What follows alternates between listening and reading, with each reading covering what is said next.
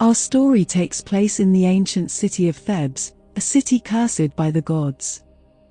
Thebes was ruled by King Lares and Queen Jocasta. However, the city was plagued by a terrible and seemingly insurmountable problem: the Sphinx. The Sphinx was a fearsome and enigmatic creature with the body of a lion, the wings of a bird, and the head of a woman. Her most notorious feature was her penchant for posing riddles to anyone who approached her. Those who failed to answer her riddle correctly would meet a gruesome fate, as the Sphinx would devour them on the spot. The Sphinx's riddle, which she posed to all who came near her, was as follows.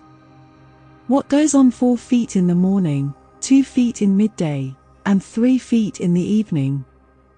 This riddle had puzzled and confounded the people of Thebes for years, and countless individuals had lost their lives trying to solve it. The citizens of Thebes lived in fear of the Sphinx, who perched atop a rocky precipice just outside the city gates, her eagle-like eyes scanning for her next victim. Enter Oedipus, a man who would eventually become a legendary figure in Greek mythology but was then a stranger to Thebes. Oedipus, who had unknowingly fled Corinth to escape a prophecy that he would kill his father and marry his mother, arrived at Thebes shortly after the Sphinx had taken up her deadly residence. Oedipus was no ordinary traveler. As he approached the city, he was met with a sense of urgency and unease among the people, who were living in fear of the Sphinx. Upon entering Thebes, Oedipus was quickly informed of the dire situation and the Sphinx's riddle. Undeterred by the perilous challenge, he resolved to confront the creature and attempt to answer her riddle, thereby freeing the city from her reign of terror.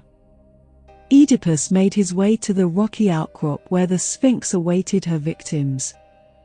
The creature's presence was imposing, her eyes gleaming with a malevolent intelligence. As Oedipus approached, the Sphinx shifted her massive body and addressed him in a voice that was both seductive and menacing.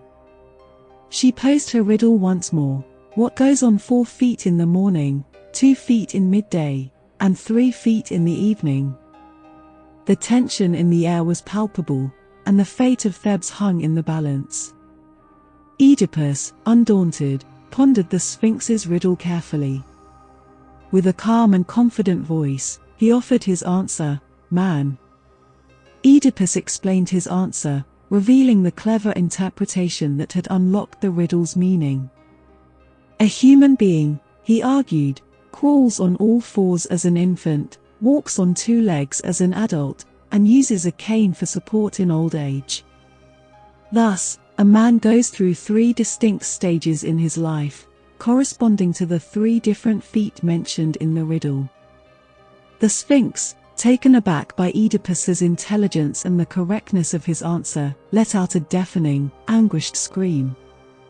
She knew that she had been defeated, and her curse over Thebes had been broken. In a final, desperate act, the Sphinx hurled herself off the rocky precipice to her death, ending her reign of terror once and for all. The people of Thebes erupted in joy and relief. They hailed Oedipus as a hero and savior, showering him with gratitude and praise. He had not only solved the riddle but had also freed them from the Sphinx's deadly grip and the curse that had plagued their city. As a reward for his bravery and intellect, Oedipus was hailed as the hero of Thebes and was offered the crown of the city. He accepted the position of king and ruled with wisdom and benevolence. However, the story of Oedipus and the Sphinx is just one chapter in the larger tragedy of Oedipus's life. The hero's triumph over the Sphinx was a fleeting moment of glory in a life marked by a series of fateful and tragic events. Unbeknownst to Oedipus, the curse of his true parentage, the prophecy that he would kill his father and marry his mother, still loomed over him like a shadow. Thanks for watching. Subscribe to get more content like this.